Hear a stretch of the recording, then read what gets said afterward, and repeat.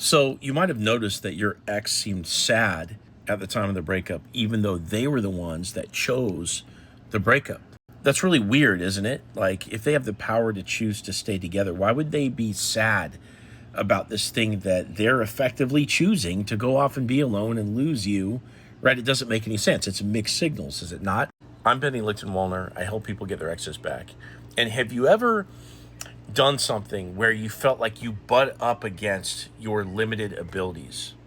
Have you ever done anything where you just like were so bad at it, it almost made you sad, like you're just not as smart as other people or as, athletically skilled or whatever? For me, this is dancing. I kind of grew up in this sort of like individuality, what would you call it?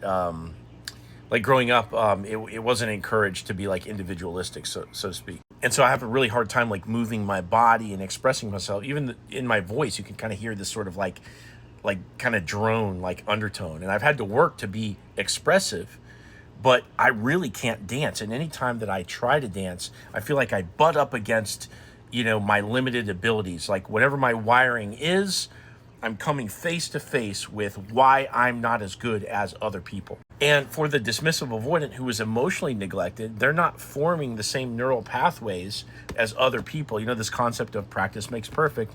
That's what neural pathways is. Your brain optimizes to things that you do in reality.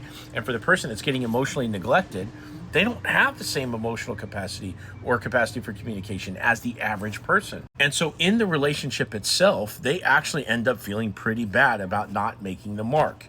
Their par level and their sort of norm for connection and communication is like down here based upon what they got growing up.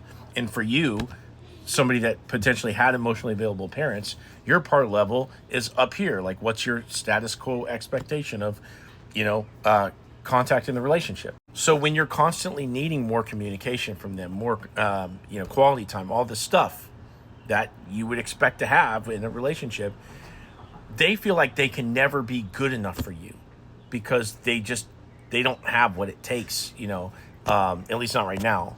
Now, when you combine that with the stressful way that they live their life, people pleasing, always showing up for other people, but never really asking for what they need or setting boundaries with other people, not knowing how to look inwards and express themselves or deal with their own feelings. Stress really tends to tip the scales for these kind of people, and they'll end up pushing you away. And they do it in this moment of coping where they're like sad at the fact that they just couldn't be enough for you. And to make it worse, you don't understand, right? You're like, hey, look, we can do this together. I'm here, but what they're feeling is like, well, I can't ever be enough for you, and to stay with you is sort of like this other burden for me, and I just can't handle it all at once. And they're just breaking down in this way that's really hard to understand for the partner that's getting dumped. Now, if you want my help getting your ex back, go into my TikTok profile, and in my TikTok profile is my Instagram username right here. You need to open it up in the Instagram app. You can't just click through.